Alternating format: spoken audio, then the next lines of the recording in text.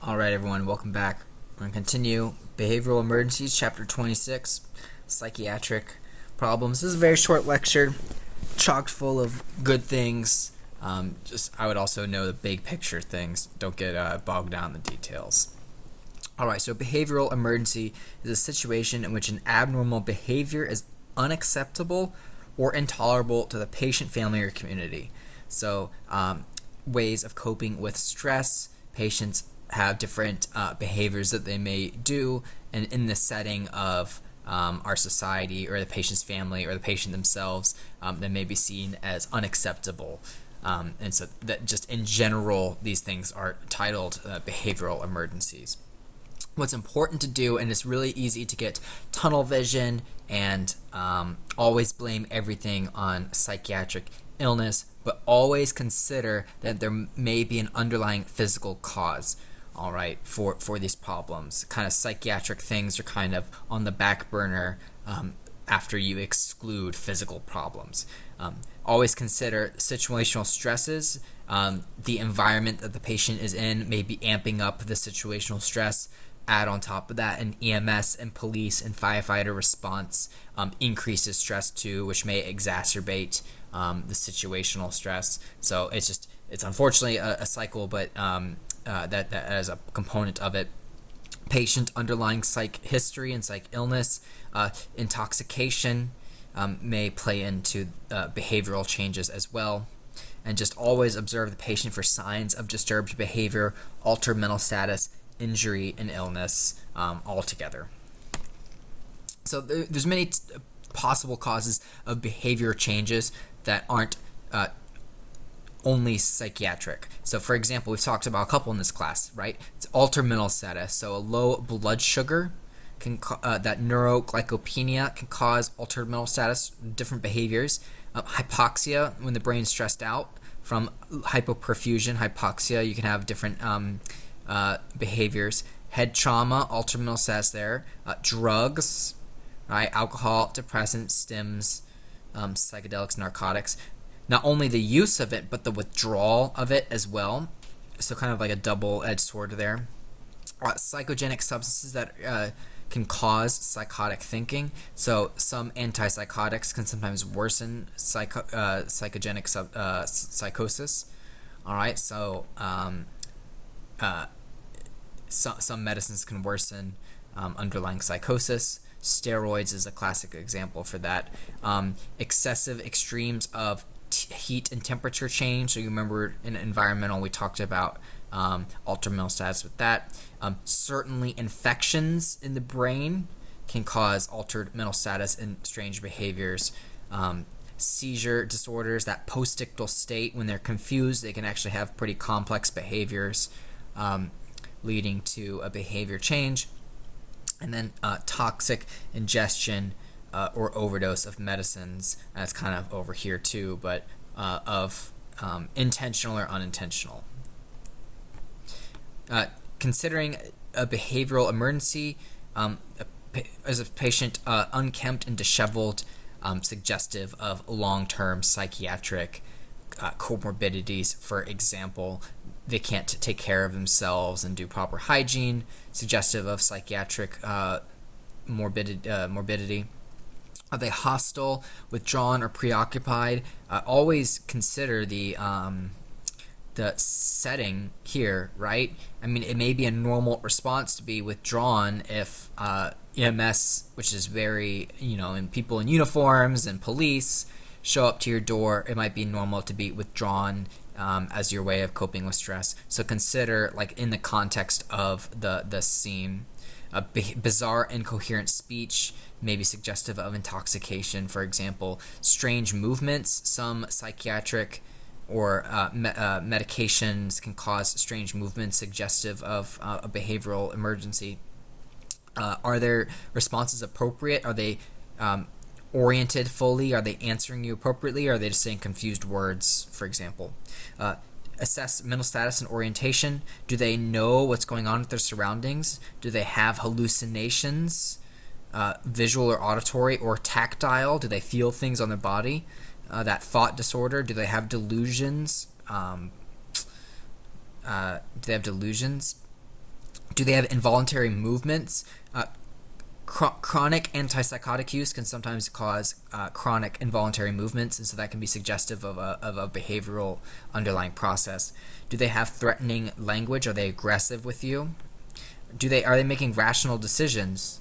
All right, and so this you just have to use your judgment to see if their judgment is normal. So the person who was pulled over for a DUI, for example, who's trying to get back into their vehicle to keep driving, is not a rational decision.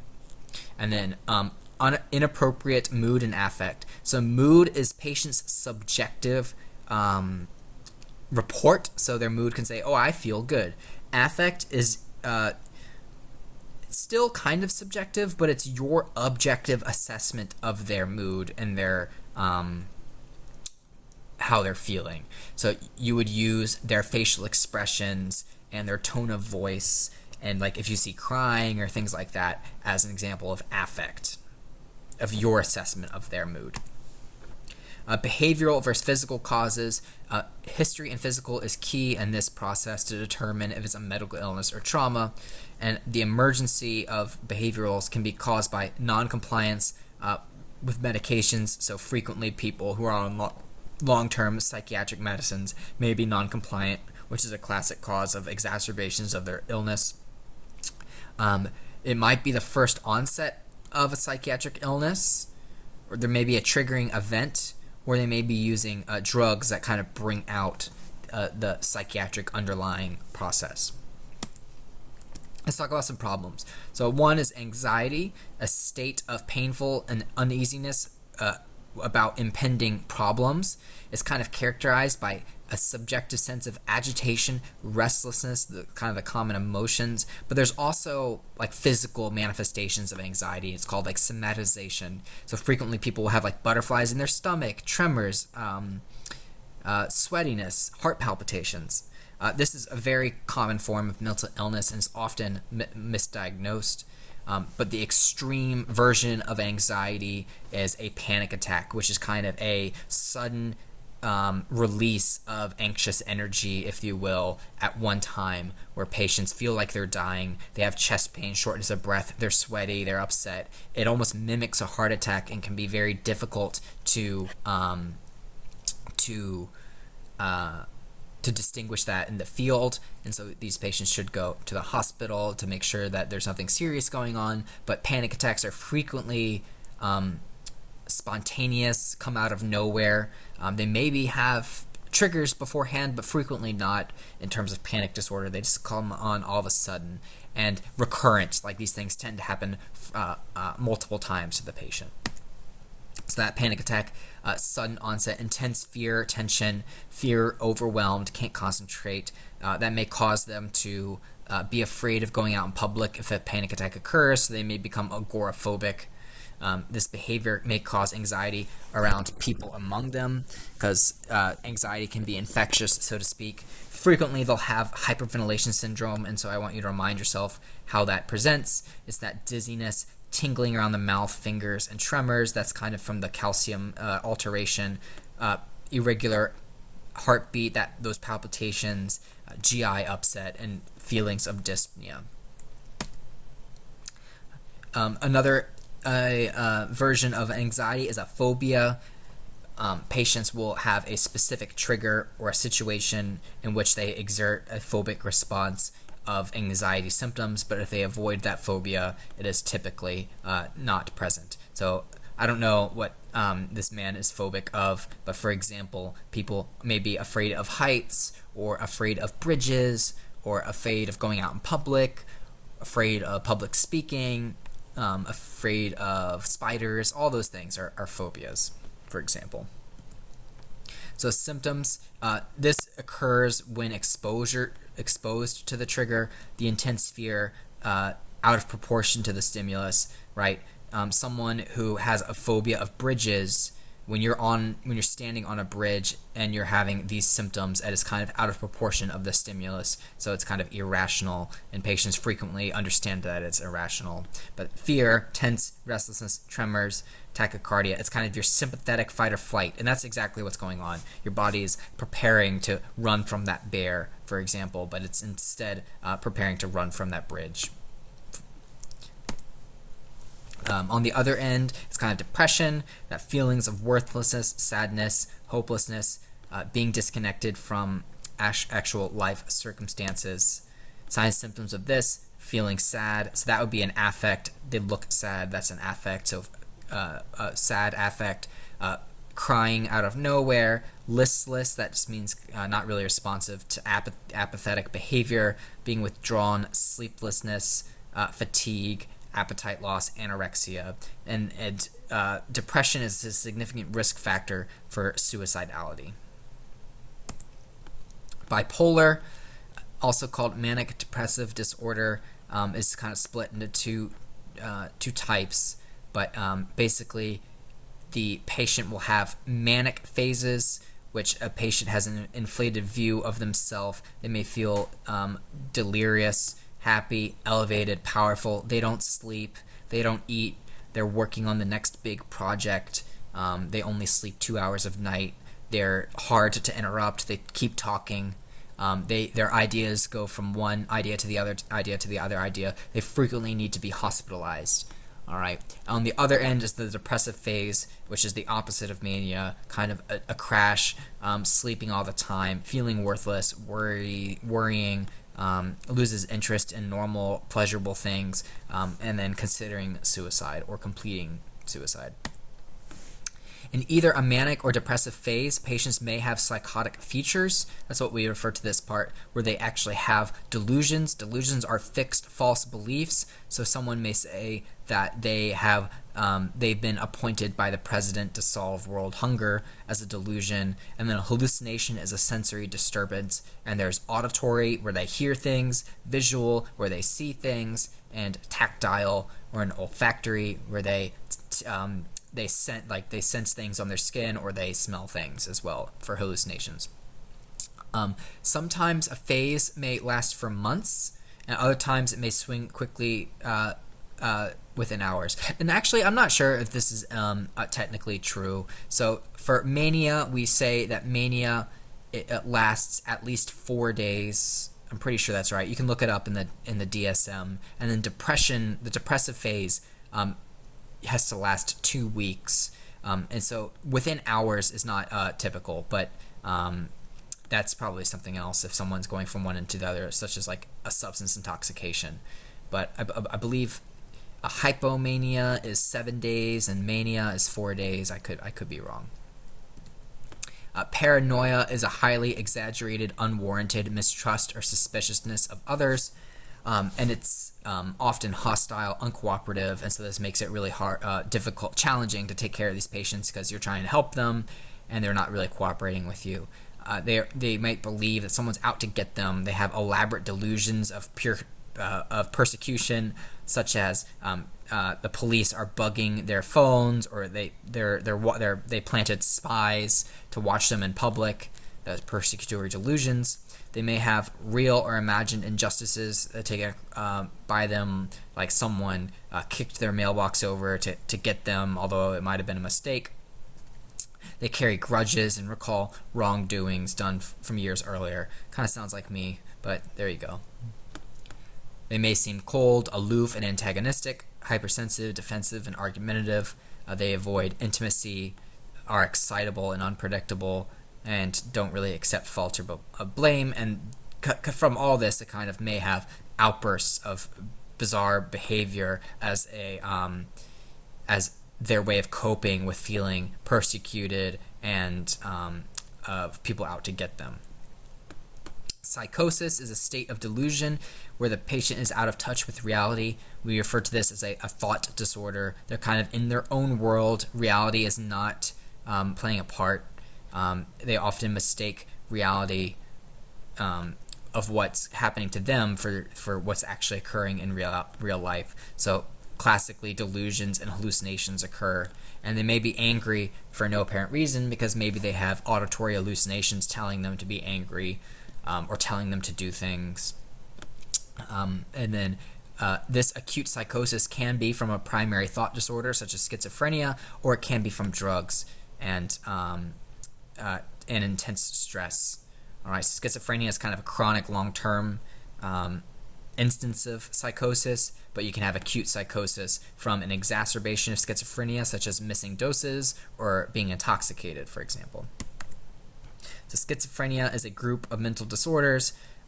Patients with schizophrenia have debilitating distortions of speech and thought, bizarre delusions, so fixed false beliefs, hallucinations, social withdrawal, lack of emotion. So schizophrenia is kind of broken down into positive and negative symptoms. And by positive, I don't mean like beneficial or good. Positive means the addition of a symptom. And so classically, a positive symptom would be the addition of sensory disturbances, so hallucinations.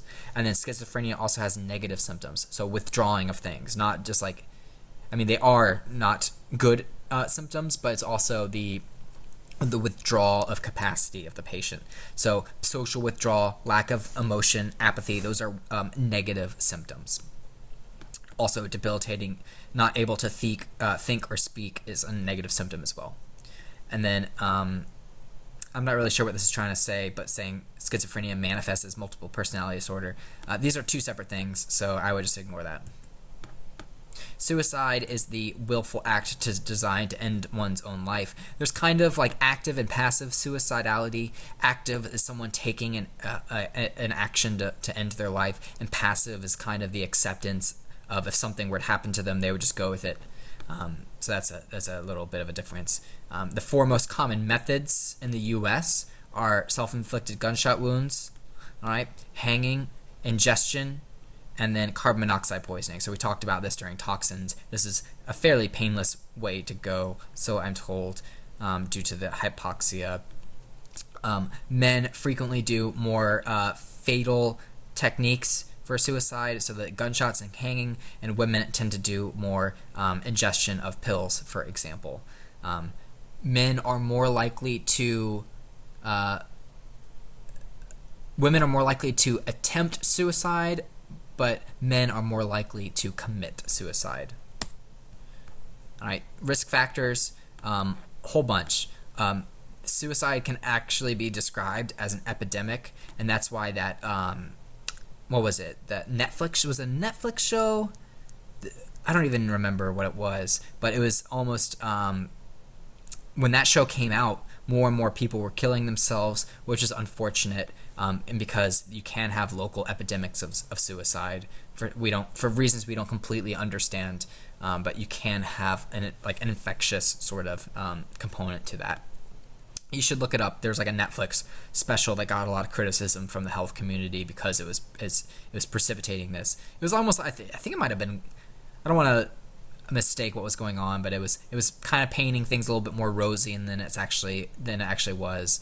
But there you go. It's an interesting sort of societal thing. Other risk factors: history of depression, probably one of the biggest ones. Previous attempts, certainly the biggest one. If they've attempted once, they've kind of walked over a threshold that they could try again. So that's a big one. Hopelessness, social isolation. So that's kind of in our day and era. Social media does not improve social isolation; it actually worsens social isolation. A recent diagnosis of a serious illness, so a cancer diagnosis, for example. Bereavement. Drugs and alcohol kind of decrease inhibitions, and that can worsen suicidality. The loss of a partner, for example. And then if patients have psychosis on their depression, psychosis, that being out of touch with reality. And then homosexuality, the stigmatization of groups in our society. Other things to be aware of, the term agitated delirium, usually in a male patient with a psych illness with acute or chronic drug abuse, and it's kind of agitated, they're out of control is kind of a way to think of this. So crack, cocaine, meth, they're at risk of death. They're also fighting against restraints. They're fighting other people. This is important for ALS to get there. You all can do restraints as BLS providers, but these patients may need to be sedated with chemicals, using chemical restraints. And that would be ALS, and it would be an intramuscular injection to calm them down. So this people have like a present illness already, or drug problem, and it kind of tips over the edge into this agitated state where they're just hyper aggressive, hyper agitated, they can't stop moving, sort of thing. Characteristics of this: hostility, hallucinations, which may worsen the hostility, disorientation, frenzied behavior, they're hyperthermic, they're sweating, kind of their whole body's in fight or flight, and they're hearing things, and it's just very uncomfortable for the patient. They may have an increased tolerance, so painful stimuli may not hold them back, so trying to hold them down, if you tried to hold a normal person down, they would probably freak out and stop moving and just kind of respond in that way. But someone who's in an agitated delirium may have less pain sensation and fight back. Right? So police are useful resources in their techniques to calm patients down, or at least to hold patients down. They may have increased strength and endurance. All right, hallucinations we already talked about, frenzied behavior, and then just speech, like they're not making sense when they talk. Always, this is a high scene safety concern. If someone's agitated in that way, you need sufficient people to control these patients. So frequently planning ahead of time is really important.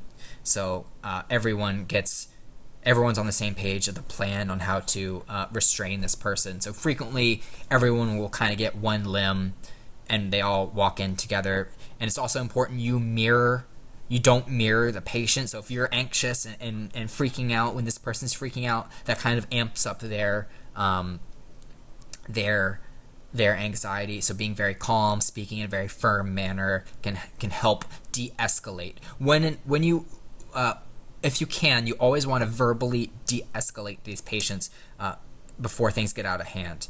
Sure, it may be simple to just sedate these patients, but there's always risks with restraint and sedation, and so you should always try, they call it like verbal judo, of like trying to calm patients down, but that may not always fix the patient, and so you may need to be on the lookout for signs of violence, because scene safety is important. If they start hurting themselves or start hurting other people, that requires immediate restraint, physical and or chemical.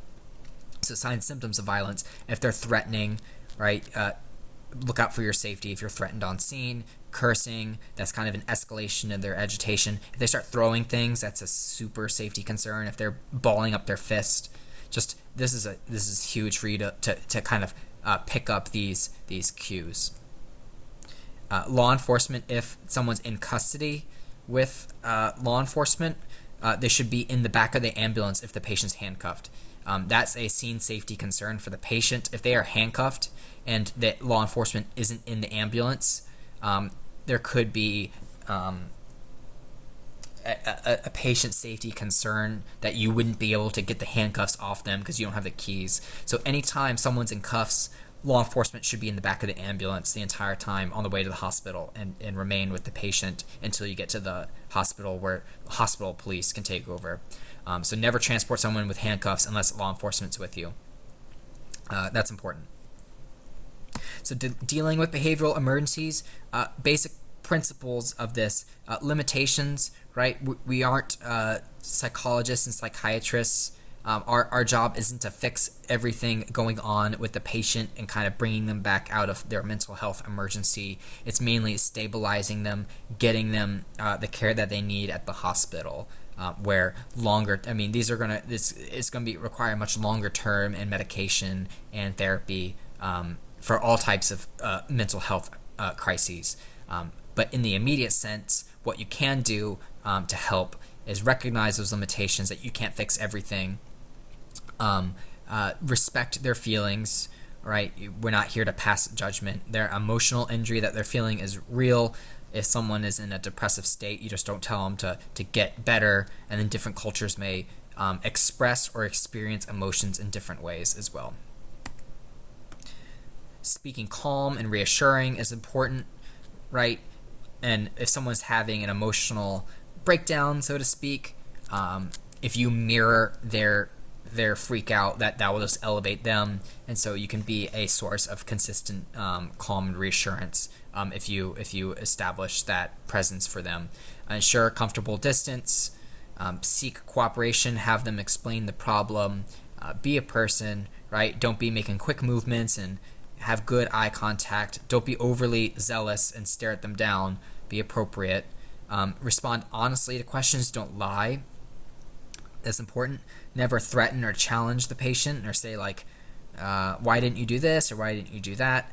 If someone has hallucinations, do not play along with the hallucinations. So if someone says, oh, do you see Batman in the back of the ambulance? Don't say, oh, yeah, I see Batman, because that could kind of exacerbate the situation.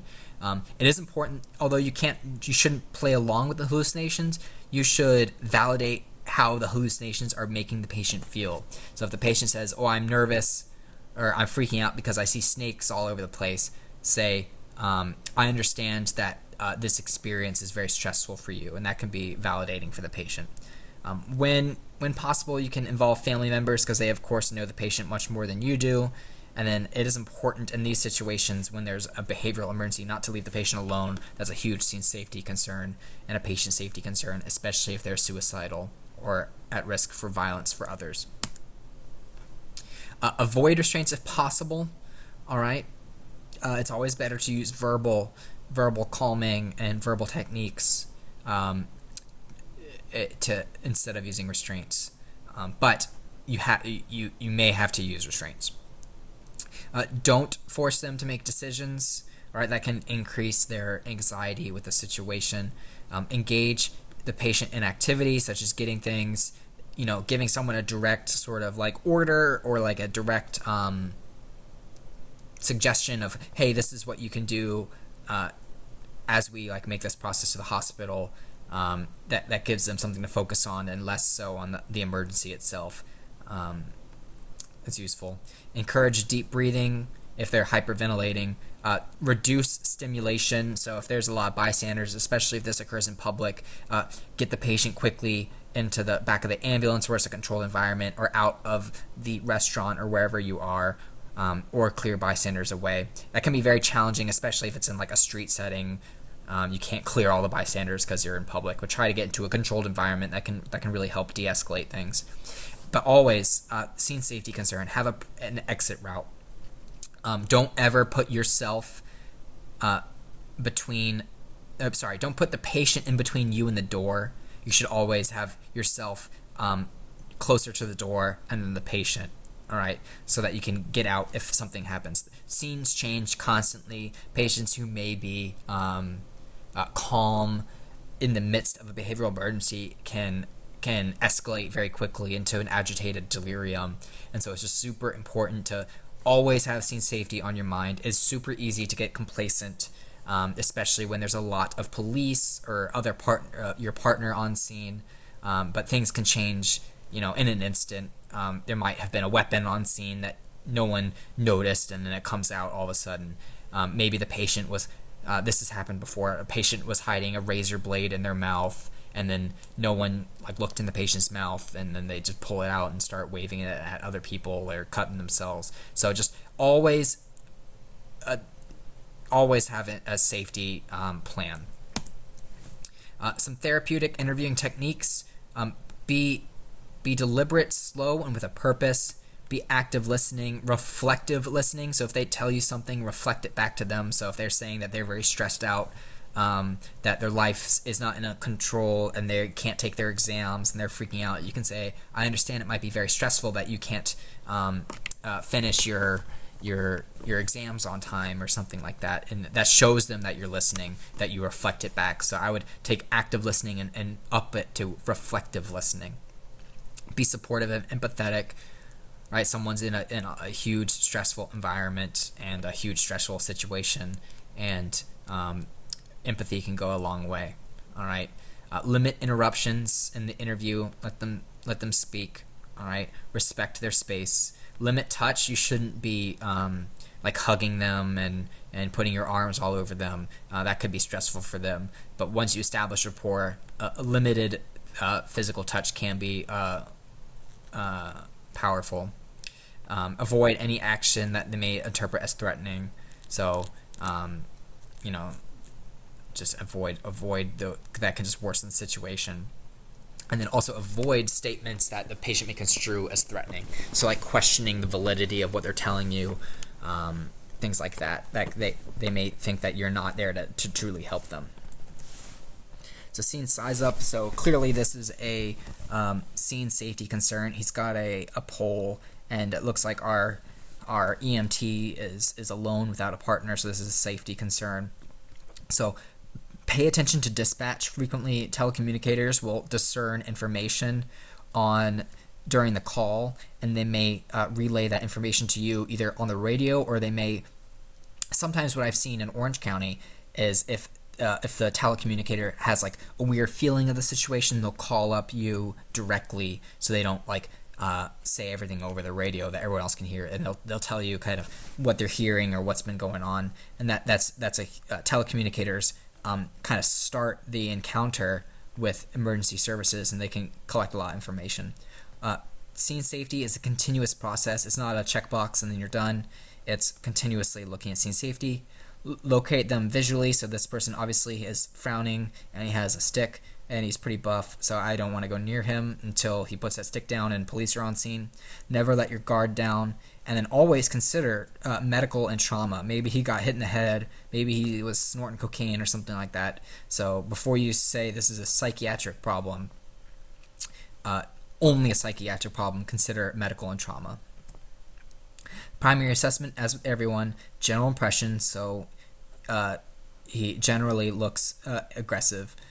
Mental status, I probably would make sure it's seen safe before I approach him to assess mental status, but clearly he's standing up, so he's going to be, his breathing's probably fine, and he has a pulse.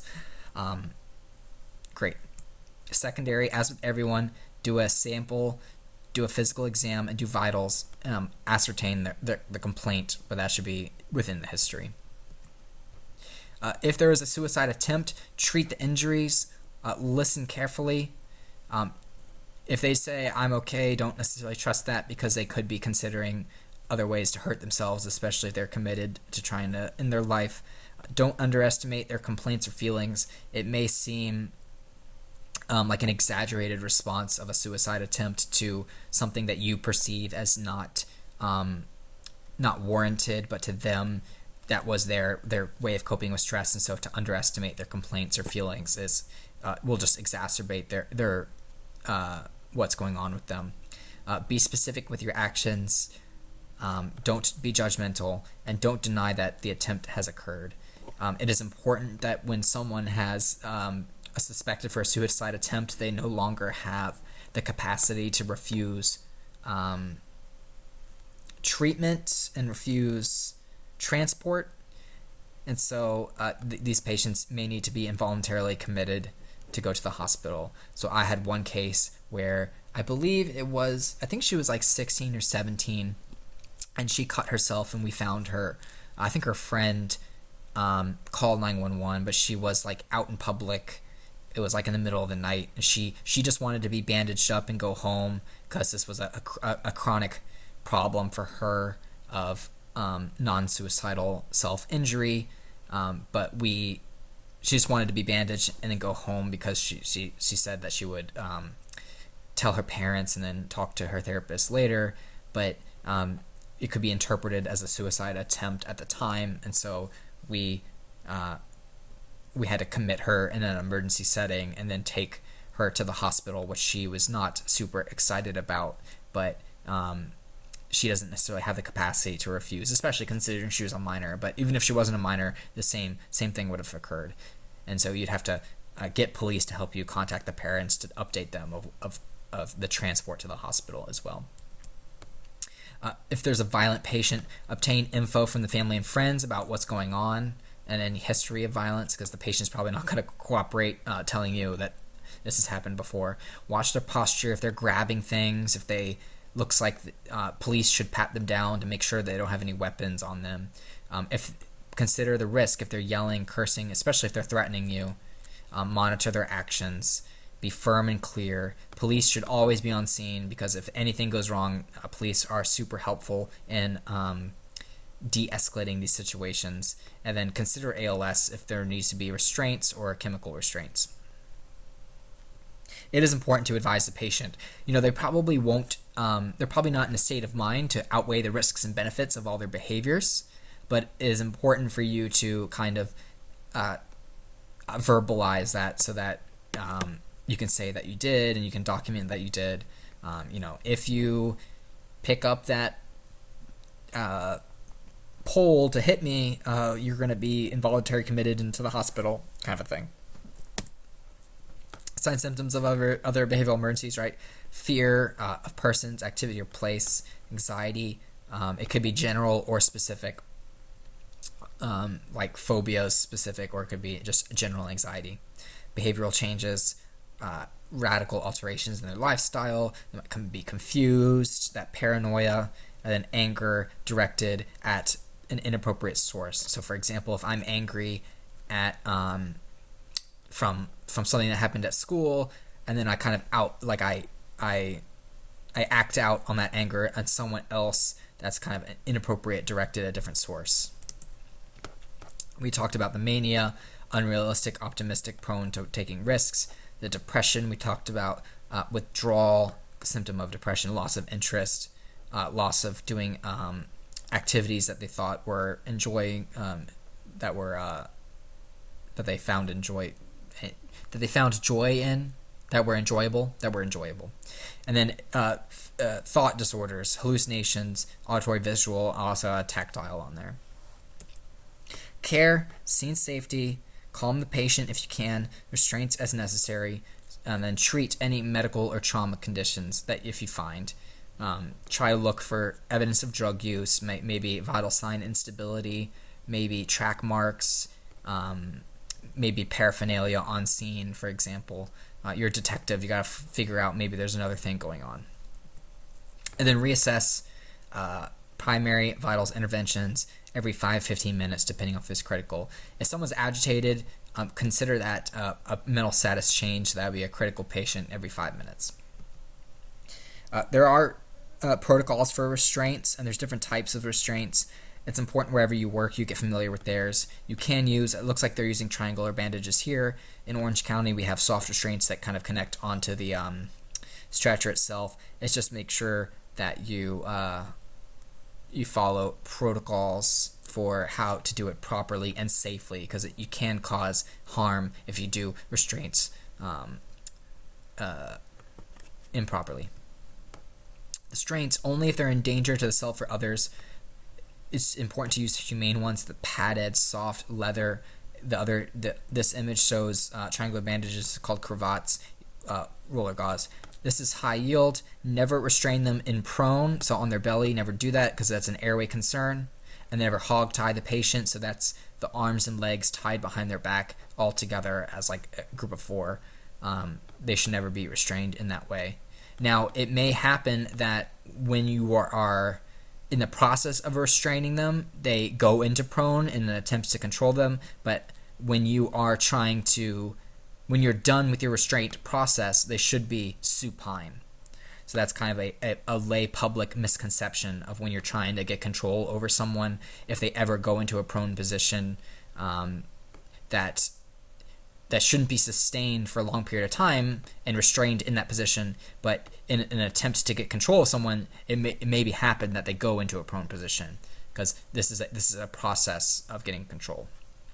And then always make sure that restraints aren't causing PMS problems. So you don't want to cut off circulation, you just want them to not be able to move.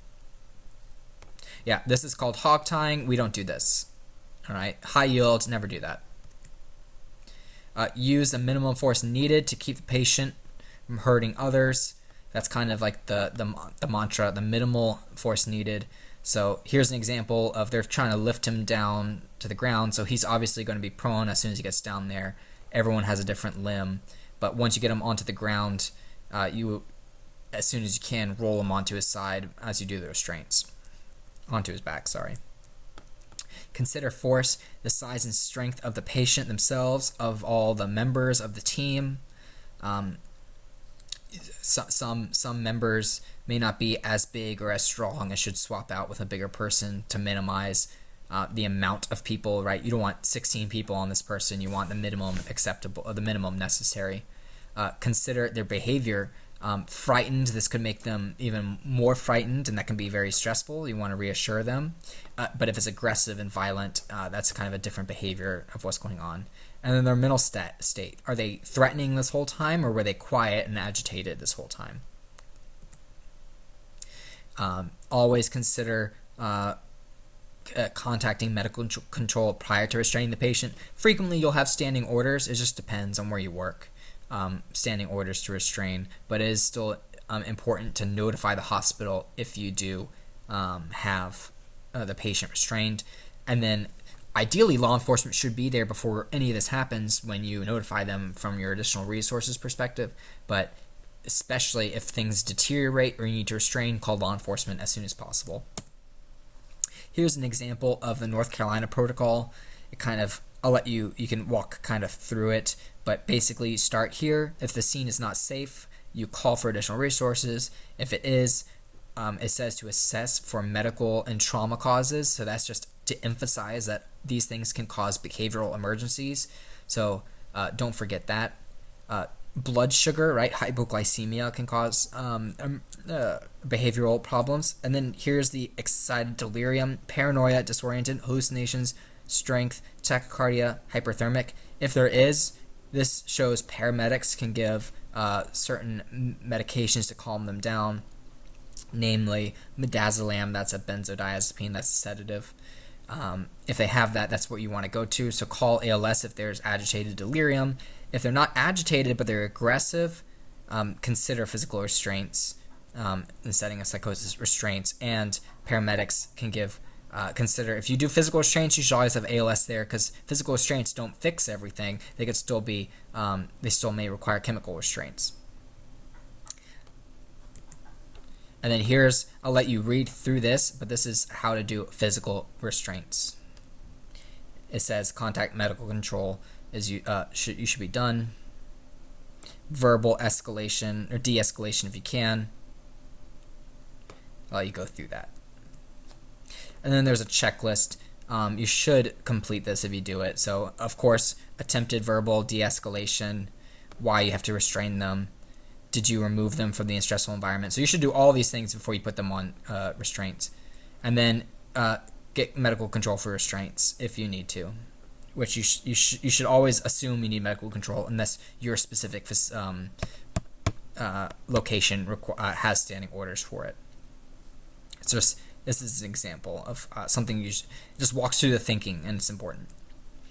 Some legal considerations: consent. So remember, all patients who have capacity should have informed consent, but a patient in a behavioral crisis may not be mentally competent, and you operate under implied consent, right? So if someone is violent and threatening, and there's indications that there is there are danger to himself or others that can be involuntarily committed, and law enforcement will assist with that as well.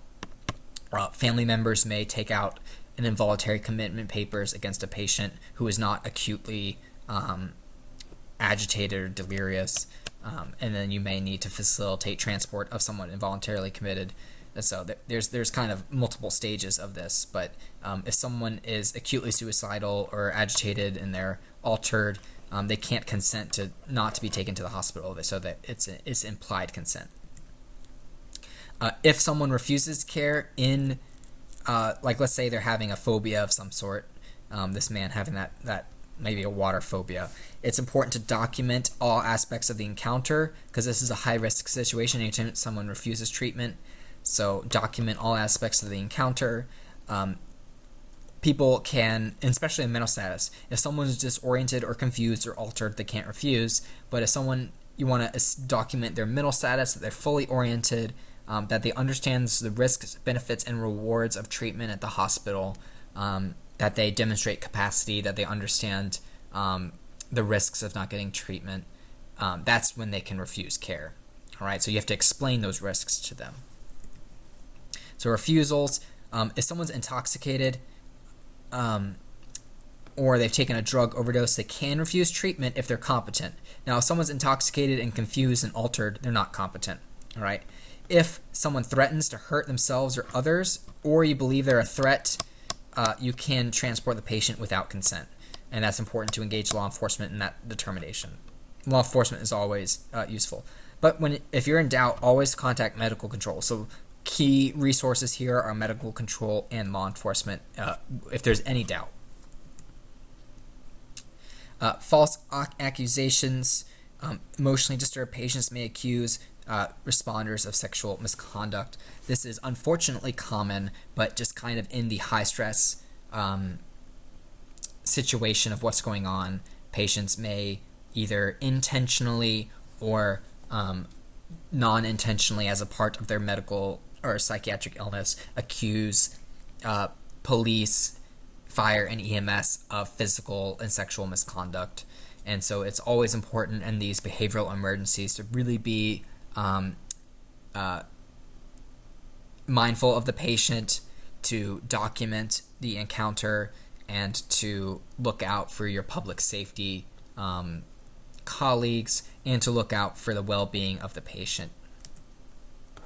It's important to document everything that happens. So for one, it's important to document what happens. So one example that I can remember is a patient screaming that she was being raped in the back of an ambulance, and when that was occurring, the person in the back of the ambulance was just working on the patient note, and so the driver hit the recording button. There's a camera sometimes in the back of the ambulance, and so when she made that accusation to the physicians at the ER, who had to contact law enforcement, they had the documentation to provide to law enforcement that was not occurring. So it's important to protect yourself, right? Scene safety becomes important for you, and involve other responders as witnesses. All right, so third-party witnesses, if they are there, if you can, it might be reasonable to have the responders of the same gender as the patient to eliminate that potential variable, an unfortunate common circumstance.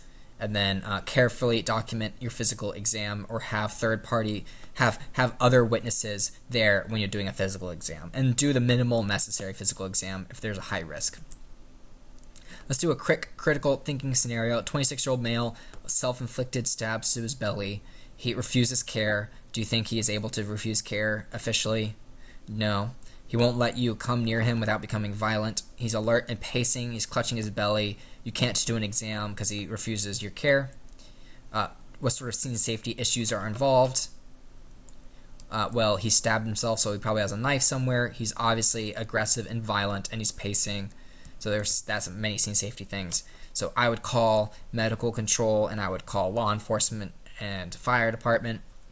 And the primary responsibility is stabilizing the scene, making sure that the scene is safe, that the knife is away from him, remove him from any external or from any environmental triggers to what's going on. If there's other family members there, kind of amping things up, establishing his mental status. He obviously can't, if he stabbed himself, he has no capacity to refuse treatment. Of course, if he's bleeding, we need to control bleeding. Would you consider restraining him? Well, of course, we would try de-escalation in the form of environmental and verbal de-escalation, but if that doesn't work, we should consider restraining him, especially if he's threatening the providers on scene. And we talked about the criteria, and then how would you proceed? In a very calm manner, and a pre-planned, this should be approached with a plan to restrain someone to minimize the risk of injury to the team members and to the patient themselves. Some hazards in restraint. First, the body fluids, like if there is blood, that could be a hazard to patients, and well, the responders. Depending on what room they're in, that could be a hazard. If there's other family members that are aggressive with first responders, many potential hazards. And of course, the patient who clearly doesn't want to go to the hospital. And then legal issues, the idea of he doesn't want help, but he can't do a refusal of care. He can't do informed consent, so this would be implied consent, emergency kind of involuntary commitment. All right, I'll see you all next time.